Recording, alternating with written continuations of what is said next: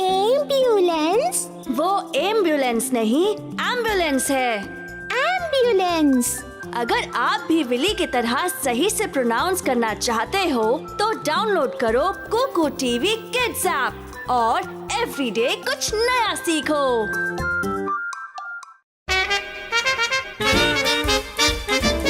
Kuku TV. शिमरानगढ़ नाम का एक गांव था जहां पर समीर नाम का व्यक्ति समोसा बेचकर अपना गुजारा किया करता था। ठीक समीर की दुकान के सामने सुयोग नाम का व्यक्ति पानी पूरी बेचा करता था। और तुम्हारी पानी पूरी की दुकान कैसी चल रही है? आजकल ज्यादा लोग दिखाई नहीं देते हैं तुम्हारी दुकान पर। शायद लोग मेरी दुकान से समोसा खाने में व्यस्त हो गए होंगे। भाई समीर, तुम्हारी दुकान मेरे सामने ही है और लोग तो मुझे तुम्हारी दुकान पर भी नहीं दिखते हैं। तो लोग गए कहाँ? शायद तुम्हारे समोसे खाने से उनका पेट दर्द करने लगा होगा। दोनों अपने अपने रास्ते चले जाते हैं। थोड़े दिन बीतते हैं और शहर से पूनम नाम की महिला गांव में प्रवेश करती है। पूनम के गांव में आने के बाद से लोग ना तो सुयोग की पानी पूरी खा रहे थे और ना ही समीर के समोसे। एक दिन दोनों के रास्ते फिर से टकराते हैं। भाई सुयोग, तुम्हारा धंधा कैसा चल रहा है? अभी क्या बताऊं समीर, कोई आजकल पानी पूरी खाने आता ही नहीं है। धंधा एक बार में ही इतना नीचे कैसे चला गया पता ही नहीं चल रहा। ऐसा ही हाल कुछ मेरा भी है सुयोग भाई। मैंने सुना है कि कोई पूनम नाम की महिला इस गांव में आई है और उसने कोई नया खाने का व्यंजन बेचना शुरू किया है। चलो फिर जाकर देखकर आते हैं। समीर और सुयोग दोनों ही पूनम की दुकान जाते हैं और देखते हैं कि पूनम कोई गोल मिठाई जैसे व्यंजन को बेच रही है। पूनम जी, ये आप गोल गोल खाने की क्या चीज बेच रही हैं? इसे मोमोज कहते हैं। खास इसे मैं शहर से सीख कर आई हूँ और जब से मैंने दुकान खोली है सारे गांव वाले सिर्फ मेरे पास ही ये अच्छे मोमोज खाने आते हैं। अभी इस गांव में कोई भी समोसा और पानी पूरी खाना ही नहीं चाहता। तुम अभी नई हो इस गांव में। ये मोमोज की दुकान गांव में बंद कर दो। तुम्हारे मोमोज की वजह से कोई मेरे यहाँ पानी पूरी खाने नहीं आ रहा। सही कहा, इस मोमोज की वजह से मेरी दुकान पर भी कोई समोसा खाने नहीं आ रहा। मैं तो मोमोज बेचना बंद नहीं करूंगी। तुम दोनों को जो करना है करो। अभी जाओ, मुझे मोमोज बेचने दो। आए बड़े मुझे धमकाने। समीर और सुयोग वहाँ से निकल जाते हैं और रास्ते में रुककर एक दूसरे से कहते हैं, मेरे पास एक तरकीब है। जिस तरीके से ये पूनम शहर से मोमोज बनाना सीख कर आई है ना, उसी तरीके से हम दोनों को भी शहर से कुछ सीख कर आना पड़ेगा। इस पूनम को मजा चखाने के लिए हम दोनों को एक साथ आना ही पड़ेगा। क्या कहते हो? हाँ, मैं तुम्हारा साथ दूंगा। समीर और सुयोग शहर की तरफ निकल जाते हैं। बीच में उन्हें जंगल का रास्ता मिलता है। जब वे जंगल के रास्ते से जा ही रहे थे तभी समीर का पैर फिसल जाता है और वो एक गड्ढे में गिर जाता है।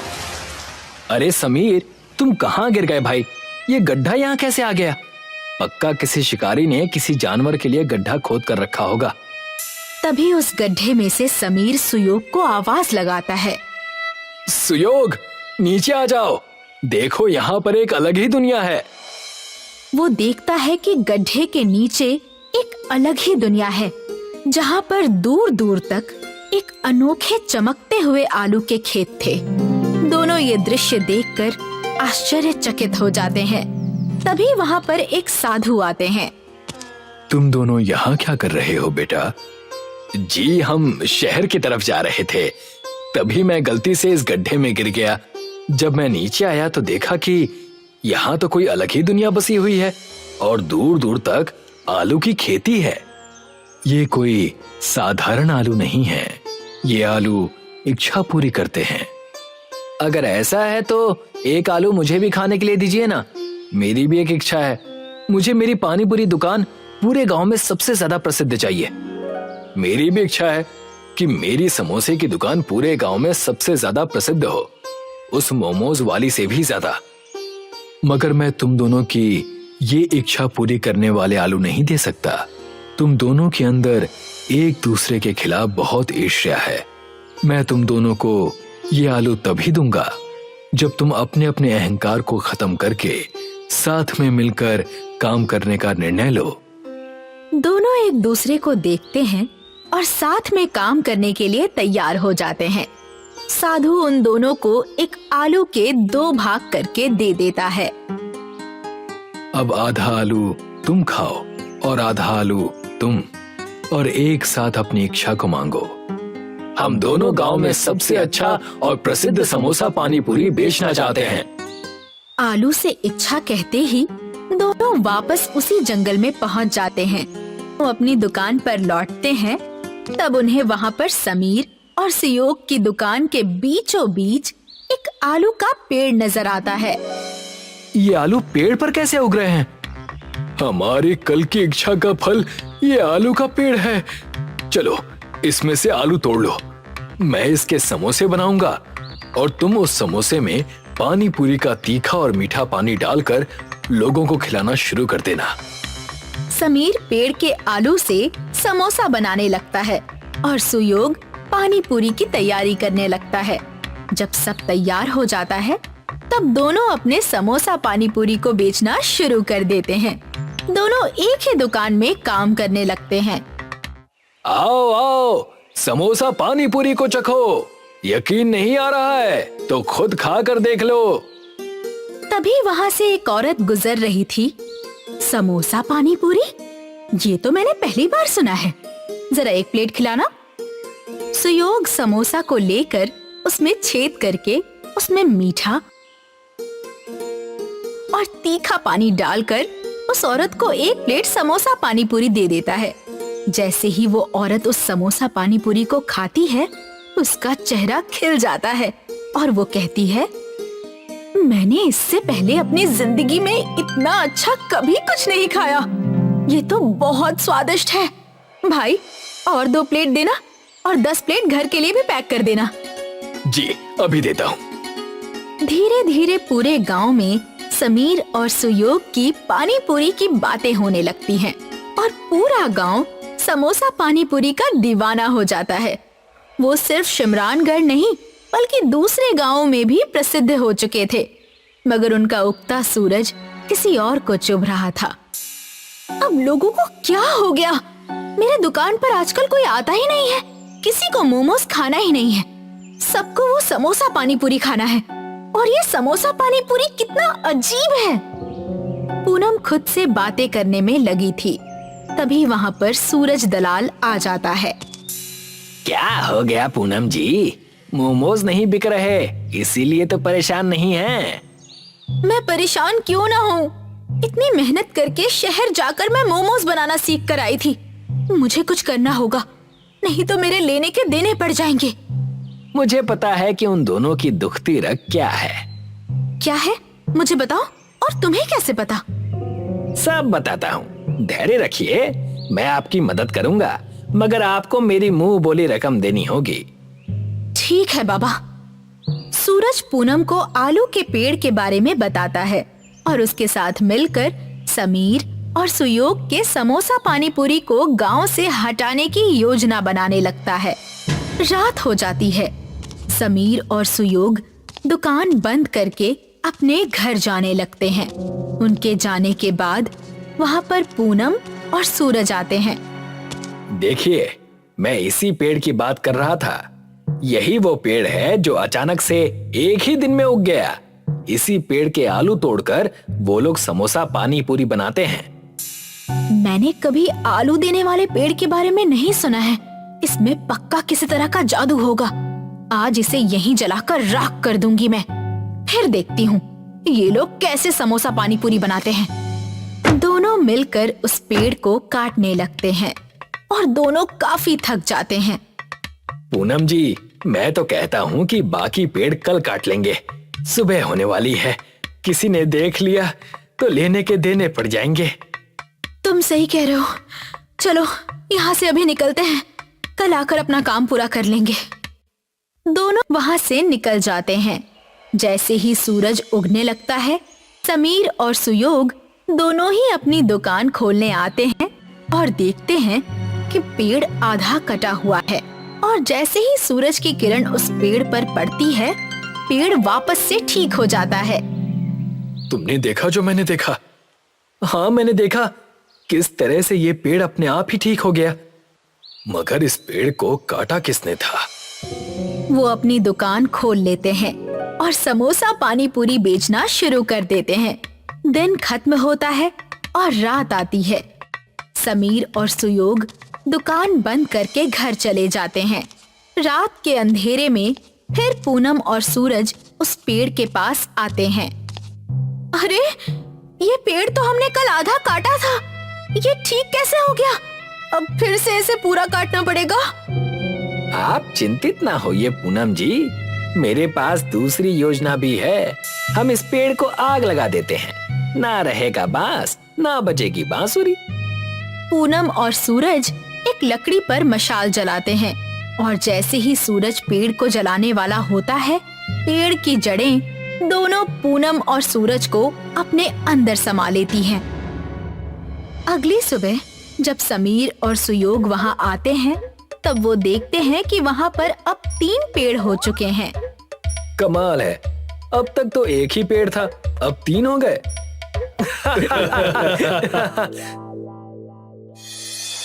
पुरीगंज नाम का एक गांव था, जहां पर सुरेश नाम का एक व्यक्ति अपने माता पिता के साथ रहा करता था। सुरेश को पानी पूरी खाना बहुत पसंद था। सुरेश और गांव के काफी लोगों को दूसरे गांव जाना पड़ता था।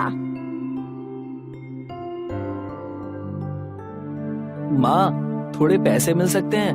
मुझे पानी पूरी खाने जाना है। नहीं, बिल्कुल भी पैसे नहीं मिलेंगे। 20 रुपए के पानी पूरी के लिए 40 रुपए खर्च करके पानी पूरी खाने जाते हो तुम। माँ, अब क्या कर सकते हैं? हमारे गांव में पानी पूरी वाला तो है ही नहीं। इस गांव में बड़े पहाड़ को छोड़कर और कुछ नहीं है। जब सुरेश अपनी माँ से ये बात कर ही रहा होता है, उतने में ही सुरेश के पिता वहाँ आ जाते हैं। बेटा, तुम जब देखो तब सिर्फ पानी पूरी खाने की ही बातें करते रहते हो। ये सब छोड़कर कोई काम धंधा क्यों नहीं ढूंढ लेते? मेरे हाथ खेती कर कर के घिस चुके हैं। हाँ पिताजी, मैं काम ढूंढ लूंगा। जब देखो तब आप मुझे ताना देते रहते हैं। अच्छा छोड़िए, थोड़े पैसे दे दीजिए। पानी पूरी खाने दूसरे गांव सुभाष नगर जाना है। बेटा, तुम कब सुधरोगे? सुरेश के पिताजी सुरेश को पानी पूरी खाने के लिए 50 रुपए देते हैं और सुरेश गांव के बड़े से पेड़ के नीचे जाकर अपने दोस्त रोहन का इंतजार करने लगता है। रोहन थोड़ी ही देर में वहां पहुंच जाता है। क्या हुआ? तुम इतने चिंता में क्यों लग रहे हो? अभी क्या बताऊं रोहन, माँ और पिताजी दोनों ही काम ढूंढने के लिए दबाव बना रहे हैं। मैं काम तो करना चाहता हूँ, मगर कोई काम मिले तब ना। बात तो सही कह रहे हो। अब मुझे ही देख लो, मैं कब से काम ढूंढ रहा हूँ, मगर मुझे अब तक कोई काम नहीं मिला। खैर छोड़ो, जल्दी चलो, नहीं तो सुभाष नगर जाने वाली बस छूट जाएगी। हाँ, चलो। सुरेश और रोहन दोनों ही पानी पूरी खाने के लिए निकल जाते हैं और दूसरी ओर गांव का लालची जमींदार लखन अपने कामगार गुल्लू को अपने पास बुलाता है। बताइए, क्या काम आ गया मालिक? मैं कोई नया व्यापार करना चाहता हूँ। बताओ, इस गांव में लोगों के पास ऐसा क्या नहीं है जो मैं इन्हें दे सकूं और थोड़े पैसे ऐड सकूं? वैसे तो मुझे कुछ ऐसा पता नहीं मालिक, मगर गांव के काफी लोग पानी पूरी खाने दूसरे गांव जाते हैं, क्योंकि इस गांव में कोई पानी पूरी बेचता ही नहीं है। सिर्फ पानी पूरी खाने के लिए दूसरे गांव जाते हैं? अब आएगा मजा। जाओ गुल्लू, और पानी पूरी का ठेला तैयार करो और पानी पूरी बेचना शुरू कर दो। और हाँ, ध्यान रहे, पानी पूरी 50 रुपए के नीचे मत बेचना। समझ आई बात? मगर पानी पूरी तो दूसरे गांव में 20 रुपए की मिलती है मालिक। हाँ, मगर हम 50 में ही बेचेंगे। अब ज्यादा सवाल मत पूछो और जाओ जाकर तैयारी करो। गुल्लू पानी पूरी बेचने की तैयारी में लग जाता है। सुरेश और रोहन पानी पूरी खाकर अपने गांव लौट आते हैं। मुझे विश्वास नहीं होता, कि हम सिर्फ पानी पूरी खाने के लिए इतनी दूर जाते हैं, मगर पानी पूरी खाकर सारी थकान एक बार में निकल जाती है। बात तो तुम सही कह रहे हो। काश हमारे गांव में भी एक पानी पूरी की दुकान होती तो हमें इतना दूर जाना नहीं पड़ता। सुरेश और रोहन दोनों ही अपने अपने घर चले जाते हैं और गुल्लू जमींदार की पानी पूरी के ठेले का पूरा इंतजाम कर लेता है। अगला दिन होता है और रोहन और सुरेश एक बार फिर से उसी पेड़ के नीचे मिलते हैं। और रोहन, चल फिर से पानी पूरी खाने चलते हैं। हाँ हाँ चलो, नेकी और पूछ पूछ। जैसे ही वो दोनों पानी पूरी खाने जा रहे होते हैं, उन्हें एक ठेले के पास बहुत सारी भीड़ नजर आती है। अरे यहाँ इतनी भीड़ क्यों है? चलो जाकर देखते हैं। सुरेश और रोहन भीड़ की वजह से देखने जाते हैं। जैसे ही वो दोनों वहाँ पहुँचते हैं, उन्हें वहाँ पर गुल्लू पानी पूरी बेचते हुए दिखाई देता है। अरे वाह, ऐसा लगता है ऊपर वाले ने हमारी सुन ली। सही कह रहे हो। रोहन गुल्लू से पानी पूरी का भाव पूछता है और दोनों ही पानी पूरी का भाव सुनकर हक्का बक्का रह जाते हैं। 50 रुपए? इतना ज्यादा? दूसरे गांव में तो सिर्फ 20 रुपए में ही पानी पूरी मिल जाती है। उतने में ही जमींदार लखन वहाँ पहुँच जाता है और कहने लगता है, तो वहीं जाकर खा लो पानी पूरी, हमने कहाँ मना किया है। वैसे भी दूसरे गांव में पानी पूरी खाने के लिए भी 50 रुपए ही दे रहे थे ना, तो इससे अच्छा यहाँ दे दो, क्या दिक्कत है। अच्छा, तो ये आपकी दुकान है। तभी सोचूं कि ये इतने ज्यादा दाम में पानी पूरी क्यों बेच रहा है। कोई बात नहीं, हम भी हमारी पानी पूरी की दुकान खोलेंगे और गांव वालों को कम पैसों में पानी पूरी खिलाएंगे। जाओ जाओ, बस गांव में एक मैं ही हूँ जिन्हें बाहर के लोग पानी पूरी की पूरी बना कर देते हैं। जरा मैं भी तो देखूं कि तुम दुकान कैसे खोलते हो। सुरेश और रोहन दोनों ही वहाँ से निकल जाते हैं और सोचने लगते हैं कि वो कैसे पानी पूरी की दुकान के लिए पूरी ढूंढ सके। तुमने जोश जोश में कह तो दिया, मगर हम पूरी का जुगाड़ करेंगे कैसे? हमें कुछ ना कुछ तो करना ही होगा, वरना ये जमींदार ऐसे ही लोगों से पैसे ऐंठता रहेगा। जब वो ये बात कह ही रहे होते हैं, वहाँ से एक बूढ़ा व्यक्ति बड़ी ही थकी हुई हालत में गुजर रहा होता है। पानी पानी, कोई मुझे पानी दे दो। आप ठीक तो है ना दादाजी? रुकिए, मैं अभी पानी का बंदोबस्त करता हूँ। रोहन, जाओ पास में जो भी घर हो वहाँ से पानी लेकर आओ। अभी लेकर आता हूँ। रोहन भागकर जाकर पास वाले घर से पानी लेकर आता है और उस बूढ़े व्यक्ति को पानी पीने के लिए देता है और उनसे पूछता है कि वो इतने थक हार कर कहाँ से आ रहे हैं। बेटा, मैं गांव के पहाड़ की चोटी चढ़कर आ रहा हूँ। वहाँ पर खास तरह की जड़ी बूटियाँ और खेत में बोने वाले बीज हैं। अगर आज तुम दोनों मुझे पानी ना पिलाते तो शायद आज मैं जिंदा ना बचता। वो बूढ़ा व्यक्ति इतना कहने के बाद अपने झोले में हाथ डालकर सुरेश और रोहन को वो जादुई बीज देता है और कहता है, जब भी तुम इन बीज को अपने खेत में बोओगे, तब तुम्हें 5 बार उस वस्तु का नाम लेना होगा जिसे तुम अपने खेत में उगाना चाहते हो, और अगले दिन वो उग जाएगा। बूढ़ा व्यक्ति इतना कहकर अपने रास्ते चला गया और सुरेश और रोहन उस जादुई बीज को अपने घर लेकर चले जाते हैं। चलो आज ही जाकर इस बीज को मेरे पिताजी के खेत में गाड़ देते हैं और देखते हैं कि ये सच में जादुई है या नहीं। सही कह रहे हो, अगर ये काम कर गया ना तो हमारी पूरी समस्या खत्म हो जाएगी। सुरेश और रोहन दोनों ही उस बीज को लेकर खेत में जाते हैं और 5 बार पानी पूरी का नाम लेकर उस बीज को खेत में बो देते हैं। अगली ही सुबह खेत में पूरी उग जाती है और सुरेश और रोहन दोनों ही अपनी पानी पूरी का ठेला डाल देते हैं और सिर्फ 20 रुपए में पानी पूरी बेचना शुरू कर देते हैं। अरे, ये तो बड़ी अच्छी दुकान दिख रही है। जरा एक प्लेट तो लगाना भाई। जी अभी लगाता हूँ। सुरेश अपने ग्राहक को पानी पूरी खिलाता है। मैंने आज से पहले कभी भी इतनी अच्छी पानी पूरी नहीं खाई। मजा आ गया इस पानी पूरी को खाकर। एक काम करो, और 2 प्लेट लगा दो और 2 प्लेट घर के लिए भी बांध दो। धीरे धीरे करके सभी सुरेश और रोहन के पानी पूरी के ठेले पर आने लगते हैं। जब भी पूरी कम पड़ जाती है, पानी पूरी की खेती से पूरी लेकर आ जाता है। गांव वालों ने जमींदार के पानी पूरी के ठेले में से पानी पूरी खाना बंद कर दिया था। ये देखकर जमींदार आग बबूला हो जाता है और अपने कामगार गुल्लू से कहता है, गुल्लू, क्या हुआ? पानी पूरी का धंधा चल क्यों नहीं रहा? मालिक, वो पानी पूरी को 20 रुपए में बेच रहा है और हम 50 रुपए में। और मैंने तो सुना है कि उसकी पानी पूरी काफी स्वादिष्ट है। हमें कुछ ना कुछ तो करना पड़ेगा, नहीं तो सारा धंधा चौपट हो जाएगा। मेरे पास एक तरकीब है। अब कैसी तरकीब मालिक? जैसा मैं कहूँ बस वैसा करना गुल्लू। चलो मेरे साथ। जैसे ही रात होती है, जमींदार और गुल्लू दोनों ही रात के अंधेरे में आकर सुरेश और रोहन के ठेले में आग लगा देते हैं।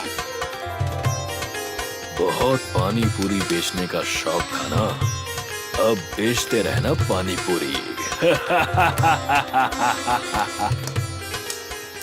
अगले दिन जब सुरेश और रोहन अपनी पानी पूरी बेचने आते हैं,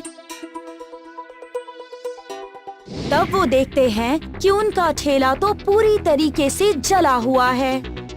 ये किसने किया? भला ऐसा कोई क्यों करेगा? ये पक्का उस जमींदार का काम होगा।